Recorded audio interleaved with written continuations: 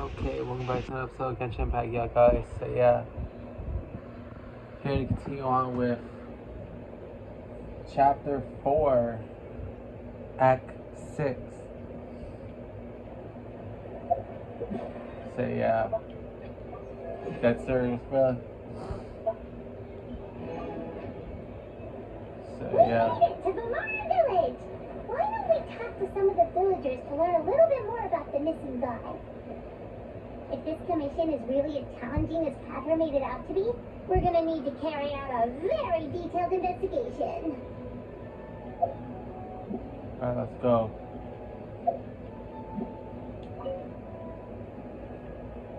Hello there. You looking to buy something? I do business in this area.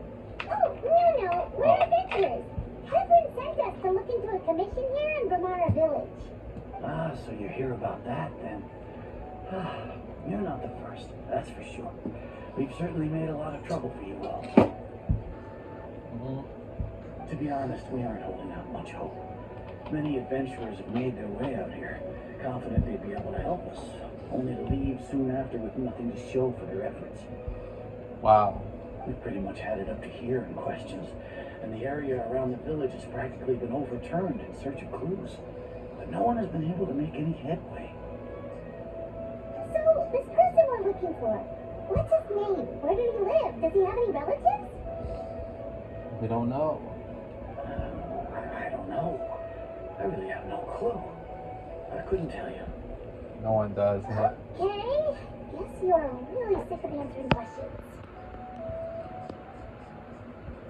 Yeah, given how many people came to do this commission, yeah, I would probably got tired of answering those same questions over again as well. I'm sorry. I didn't mean to sound short with you. I was actually just giving you my answer to your questions. Alright. So those three questions are a no-go then. I know it may seem like we don't have anything to offer by way of information, but I promise you, we all have a very strong impression of it. When you live in the same village as someone, you develop a lot of memories together, you know? Yeah. We just don't know the specifics. Maybe we did at one point, but that information is long gone by now. At least that's what everyone in the village seems to think. We've all exchanged what we know, and that was the only logical conclusion. Alright, specifics aside then, what kind of person was he? Let's see. Young guy, in his early 20s probably. Incredibly kind sort of person, always willing to lend a helping hand. Alright. I chat with him when I didn't have any customers. I even saw him stick out his neck for others on more than one occasion. Very interesting guy, that one. Now that you've started talking about him, you don't seem nearly as down in the dumps as you did before. Seems like he left a pretty good impression on you. Yep. But of course, everyone in the village is pretty fond of him. We wouldn't have issued that commission otherwise.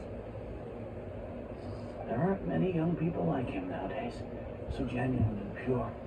To think that he just up and disappeared one day. Just hope nothing bad happened. Could he have just moved away without telling anyone?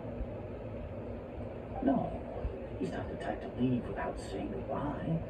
And anyway, moving away without being seen by a single person in the village, there's no way he would have been able to manage that. Huh. Alright, thanks for the information. We're gonna go ask around some more. Alright.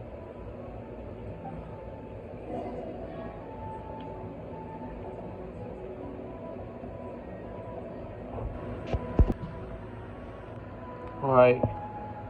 Here we go. Let's continue asking around. Oh, I was facing the wrong way, bro. So yeah.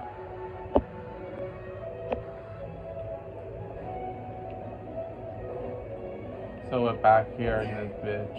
So yeah. It's crazy how we back in Samara, bro. for this act of chapter 4. So yeah, I'm by this point, I'm predict that Dane might show up, because if you look at the Act 6 in chapters 2 and 3, you can see that Dane appears. Oh, so there was no reason for me to go up there. Oh my god. I could have just swam It's that across. guests I hear. Hi, Grandpa Medea. We're here to help you look for the guy that's gone missing. Ah, so that's what brings you to these parts. Coming all this way for our sake. That's so very kind of you. With your help, I trust that young man's case is in good hands. Could you tell us a bit about him? Of course. I'm happy to help any way I can. With my failing eyesight, I'm afraid I can't offer much about his appearance.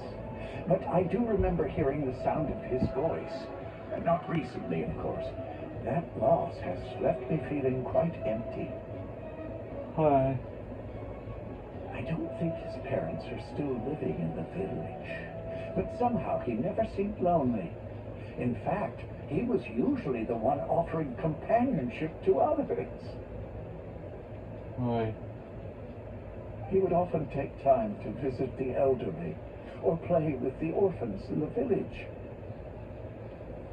And whenever someone had something on their mind, he was there to listen with open ears. He always knew just what to say. As the village chief, I owe him many thanks. Helping villagers navigate difficult moments in their lives should have been one of my responsibilities. But he was often the one rising to the occasion. Wow. He seems like such a nice and gentle person. No wonder his disappearance affected you all so much. But, you wouldn't happen to know any details about his name, address, or family situation, right? I'm ashamed to admit it, but I just can't remember. No matter how you look at it, I should know those things. But for some reason, no matter how hard I try to remember, the information just doesn't come. Perhaps my age really has caught up with me this time. Alright. It's okay. There's no need to force yourself to try and remember. We'll figure something out.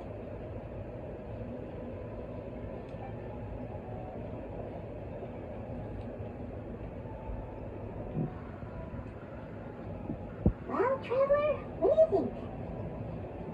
That's probably more in this case than me thought. I don't think so, too. Like, the name thing. It's so weird that no one remembers his name. For real. And nobody has been able to tell us anything about his family or where he lived. It's like this guy's been erased from reality or something. Yeah. I would say it's more like... Wait, so you're saying it's not that he's been erased, necessarily, but more like he never existed to begin with? That's a possibility too, bro. Okay, Paimon's gonna need some time to process that one. Someone who only exists in people's memories?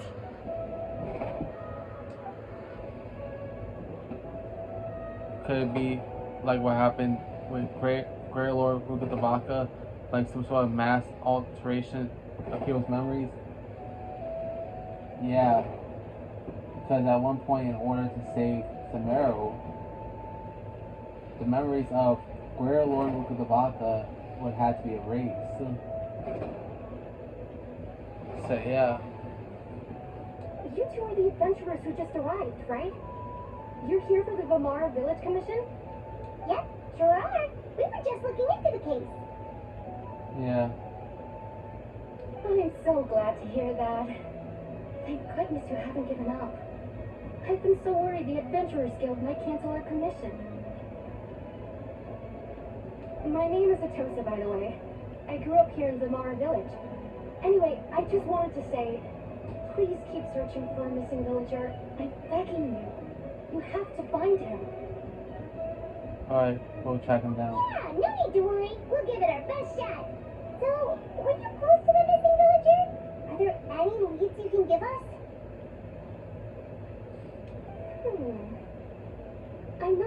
count as a lead, but follow me. There's a place I'd like to show you.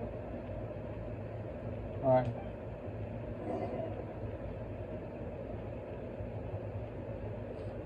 Alright, go to a place that DK by Atosa. And damn these fucking fireworks outside, bro. So yeah. Like, in my neighborhood, around the 4th of July, you got niggas fucking launching launching fireworks, bro. They usually start doing that like days before 4th of July usually. Like, I don't know why. Like, they should know that we're a few days.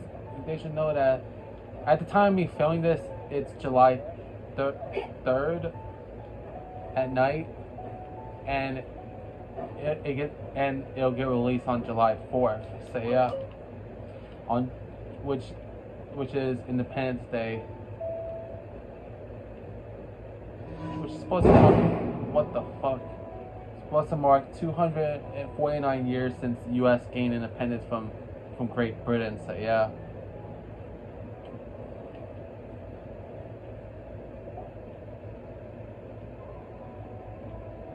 Is this the place? Under this tree? Yep. I know it doesn't look like much, but this place is very meaningful to me. It's so full of memories. Wow. We used to always sit together under this tree and talk.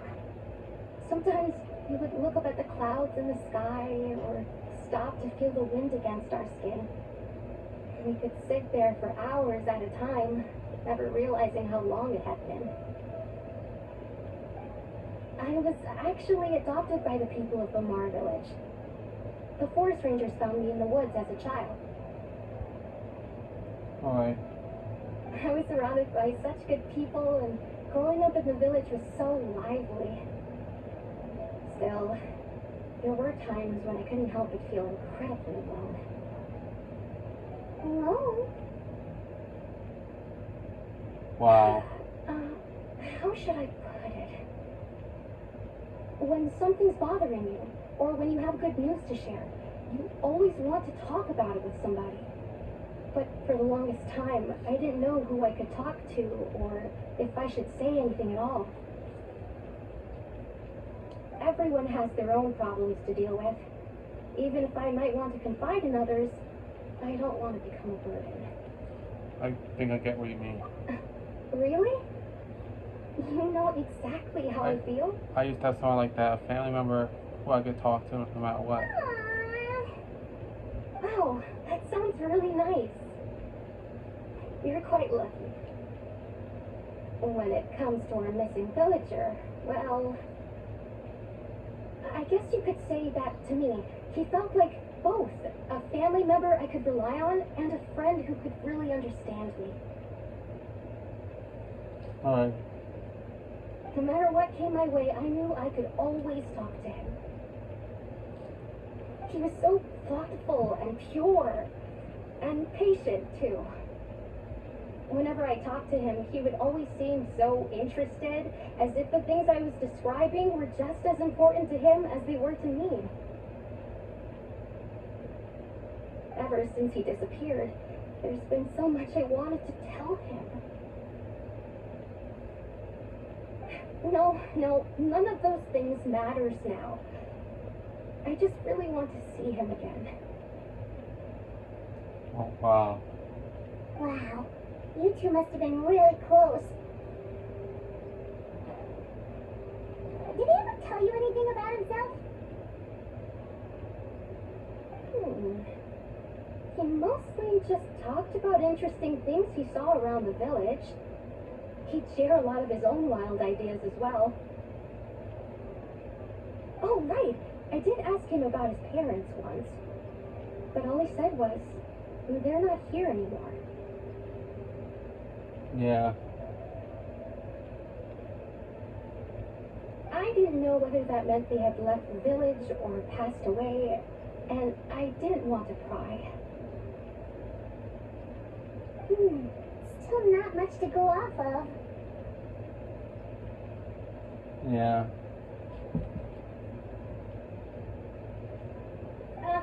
Look at me. Talking your ear off and still nothing to show for it. I'm sorry I wasn't more help. That's alright. The last time I talked this much in one go was when we were still together. Come to think of it, every time we talked, it always seemed to be around dusk, just like right now. Time always passed by really slowly. Even when it felt like we'd been talking for hours, the sun would still be at the same position in the sky. Whoa. Well, time always seems to pass slower when you're relaxed, right? What's wrong, Traveler? I was always the same kind of. But from what we learned, it's definitely not a regular missing persons case. What Atosa just told us about time, it could be the key to unraveling the whole mystery.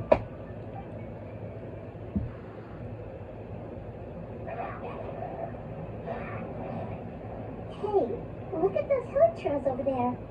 Doesn't it seem like they're acting a little strange?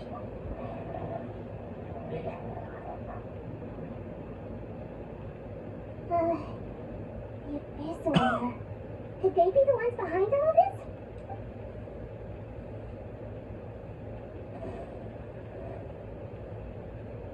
Uh-oh, we've been spotted! Quick, get ready to fight!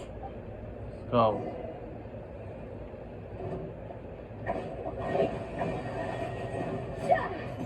So yeah. Yeah, they still launching fireworks. Like these people, like they, like I don't want to see these people get mad that they run out of fireworks by the 4th of July. Like seriously, bro. Let's get it on! A little amuse-bouche. At first, the flavor.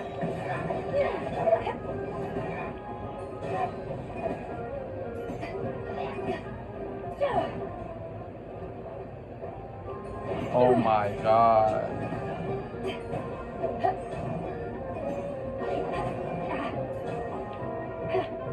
Use the spotlight.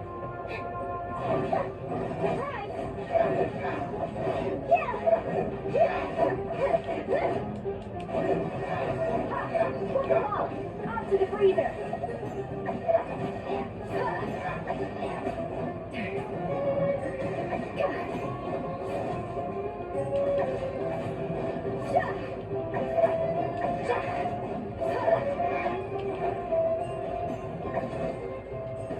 Damn it.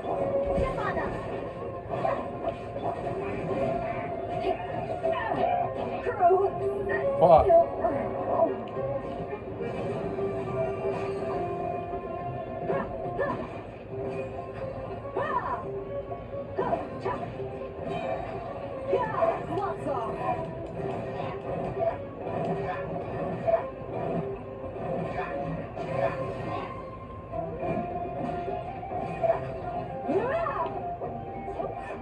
Got 30 more seconds to revive Hiru. Like I don't understand why they launch fireworks before the 4th of July. Like it feels like like I said earlier, it feels like they're gonna run out of fireworks if they keep launching them. So yeah. Thank you so much. I wasn't expecting monsters to show up. If you hadn't been here, I'm not sure what I would have done. It was no trouble. Question we should be asking it now is, Now that I think about it, the village trolls around Vilmara village have been a lot more active lately. They seem agitated and would often attack anything in sight.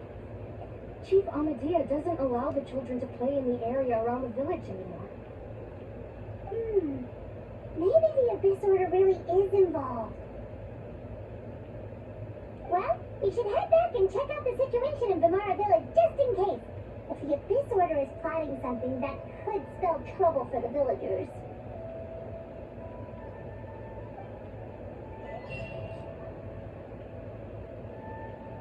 yeah, probably. Wait a second. That person, it's Danslip! Knew it. So called it, bro. Because every sixth act of each chapter involves Dane, bro. Ah, it's you two. Oh, a friend of yours? Well, I'll leave you all to it then. I should head back to the village and check up on Chief Amadea and the others anyway. See you later. Yep, see you later, Atosa. Alright.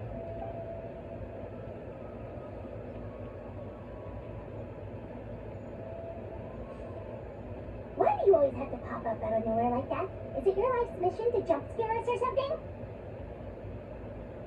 It's hardly personal, or intentional for that matter. As long as you and I are both in pursuit of the Abyss Order, we're bound to cross paths.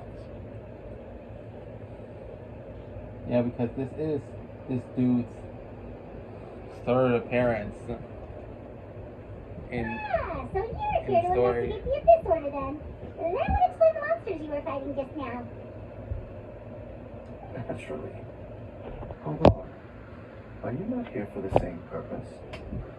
We're also on their tail. No matter. It may have taken you a while to catch on, but I'm sure you've also realized by now. There's something strange about this place. The Abyss Order is most certainly planning something in this area. Or worse, their plan could already be in motion. Yo. So you think the Abyss Order is behind the hilly trail activity in the area? Yeah. No. It feels like that they don't really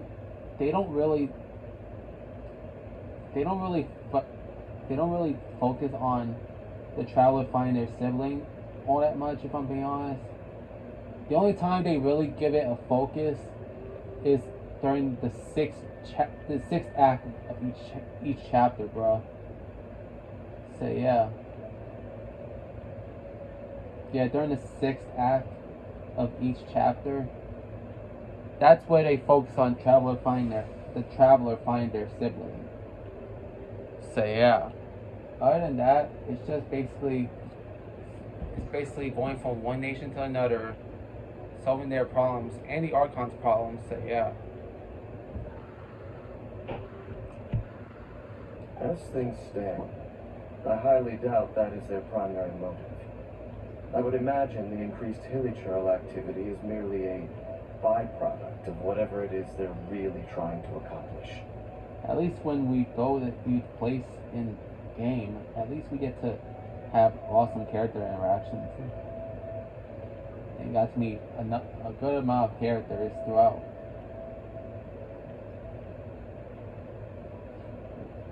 I wish you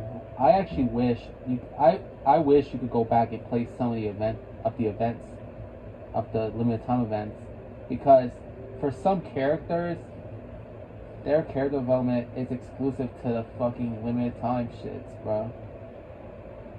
Hell, for some characters in general, their story is only available via limited time events. Like Jin Yan, that rockstar bitch from Leeway, and Kira, the delivery girl from Inazuma. Because their story, the only real way you could do the story was during the limited time events, and you can't even do those anymore. So, to newer players, it felt like they're just there as playable characters.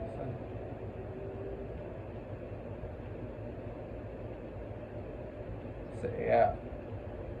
Still, the hilichurl activity is causing a lot of problems for the people here. We should stick around for a while and protect the village, don't you think? The best way to protect them is by figuring out what the Abyss Order is truly planning. That is how we prevent further tragedy. Well, let's see what more we can do to learn from the villagers. And you shall have them. I never intended to hide anything from you. Don't worry. There should be ample time to talk. Return to the village and get intel based on what you learned. Wow, this is a lot of cutscene, bro, for this one episode. So that was the commission that brought you here to Vimara Village. Someone who seems to only exist in people's memories. That is indeed quite intriguing. I would agree that it's unlikely you have a simple missing persons case on your hands. However, any possible connection to the Abyss Order is still unclear. Yeah. And remember, after this act, the traveler in Paimon goes to Notlon after the 6th act of chapter 4. So yeah. It appears all we have by way of clues is increased hilichurl activity. And that is certainly not much to go off of. Well then. Right! That mysterious voice she heard in her brother's memory. The one who called himself the Sinner. Who's he? Traveler, let me ask you this. Do you believe your sibling to have betrayed you? I want to have faith in him. I sense hesitation in your words. After all, you still haven't figured out the whole truth of what happened. There's still hope for the two of you to reconcile. Irreparable damage has not yet been done. So Aether basically turned on Lumine? Or rather, the sibling turning their back on the Traveler. For a general perspective, yeah guys. The Sinner you wish to know about, his situation is different. He and his fellow sinners have long betrayed me, and long betrayed their nation. His name is Vedderfamir, the Visionary. Yeah, I'm just call it the Visionary, since it's easier to pronounce, so yeah. I'm loath to admit it, but he is also my kin, my older brother. Your brother? I've been between the two of you. There were 5 of them. The 5 sinners of Kanya, the wise Roptatir, the visionary Vedderfamir, Gold Rhindaughter, the foul Sertologi, and Rehir of Solari, Revir. Wow. No matter how eroded my memory may become, I will never forget their names. One day, I shall have my vengeance. Wait, some of those names sound really familiar. Rhindaughter is the one who created Albedo. Sertologi is Skirk's master. Yeah. Rhine was the person who created Albedo.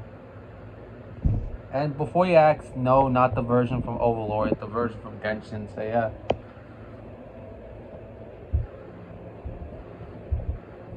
And also, Sertologi is Skirk's master. And the one we just learned about, Dane's brother, Vedderfamir. If he was the voice of the Sinner, then the one who inspired Clotar to create the Abyss Order was him. So everything is connected.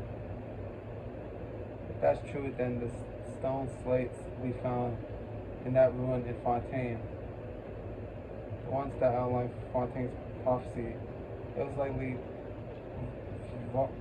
the visionaries doing as well. They were once people of great esteem in Kanya, those who carried the hopes of the nation. They were the best of their peers, outstanding in their respective fields. 6 of us, together.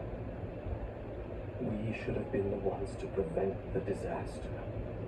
The ones to stop the Finster King from continuing to rock the foundation of the world. Yet, deep within, the 5 of them craved something more. They could not resist the call of the Abyss, and divided among themselves a power that could destroy the world. So they became sinners, but also transcendent beings, each in possession of world-shattering power. And when the cataclysm occurred, not one of them stood up in defense of their nation. Not one came forward to prevent the tragedy. And for that, they shall never have my forgiveness. Indeed, if they are not stopped, the day is sure to come when they will also betray the entire world. It must be hard talk about all this shit. Of course. As I said, I never intended to hide anything from you. So, Dane, what have you been looking into all this time? I've continued to investigate the questions surrounding the Loom of Fate. It's been quite some time since the initial operation was launched. By retrieving the eye of the first field tiller, we were able to stop part of their plan from coming to fruition. Oh, Paimon remembers! Weren't they going to use it to corrupt Osial and make a god or something? Indeed. However, it's obvious that was just some sort of technical experiment. The eye was integral to their plan, yet somehow, despite failing to obtain it, they've skipped the experimental phase and found some other way to keep moving forward. There are many signs pointing to that effect. Then what should we do? It's not too late, is it? Our most pressing concern is to determine the purpose of the Loom of Fate. From there, we'll be able to deduce the Abyss Order's true objective. Based on the intel I've gathered so far, I suspect the Loom of Fate is related to the ley lines in some way. The ley lines? Traveler, you were able to observe your siblings' memories last time, yes? I believe that was due to the fact that the ley lines in that area were unstable. My recent investigation has shown that Abyss Order activity in a particular area is usually followed by a series of issues with the ley lines. And one of the things that flows through the ley lines are memories. Wait, in our commission here in Vamara Village, the person who seems to exist only in people's memories. Could it be connected?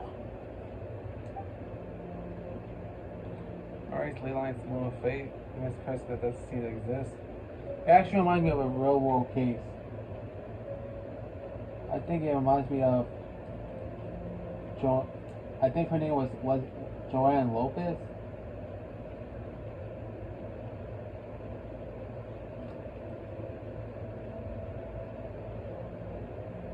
I think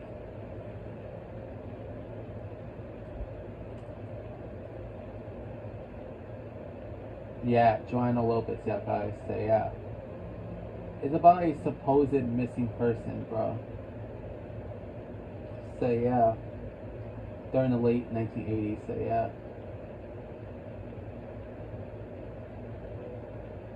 So yeah, bro. Some people actually say that Lopez herself doesn't exist, so yeah. Because there's nothing known about her, so yeah.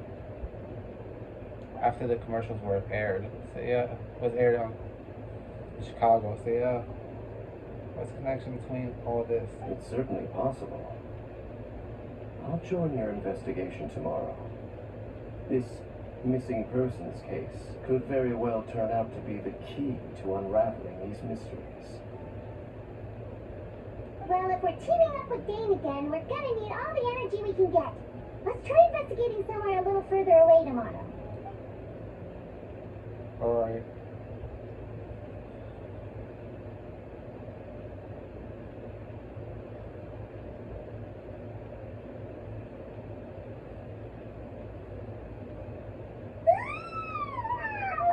So tired.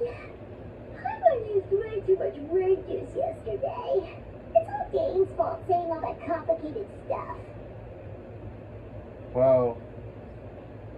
Well, you didn't have to talk all the damn time, Paimon. Well, let's go find Dane. We've got a lot to do today.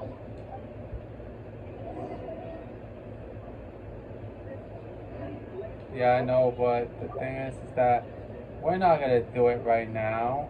Not right now, yeah, guys.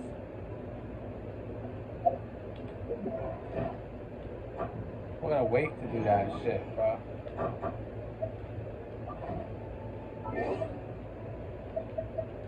Say yeah. I'm wondering, oh, why are you waiting, Viper? Cause my shit, bro.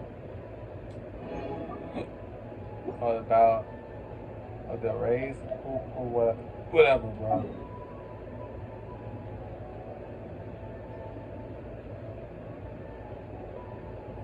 So yeah. Let's claim our shit. Then end this shit, bro.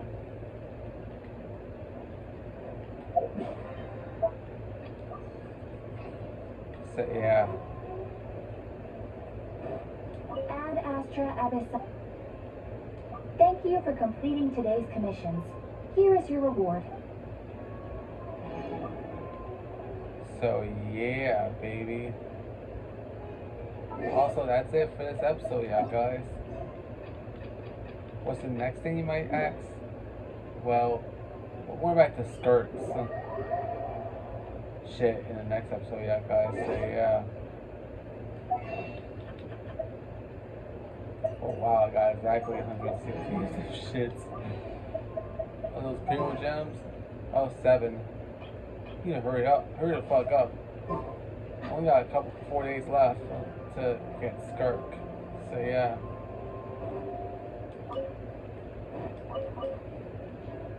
There's usually a small chance of getting her. So yeah. At least in Zenless Zone 0, they tell you how much wishes you get until you can automatically get an S rank one. At least they remind you, unlike Genshin, bro. So yeah. We're gonna continue skirt shit next episode, yeah, guys. So see you guys next time. Viper sign off.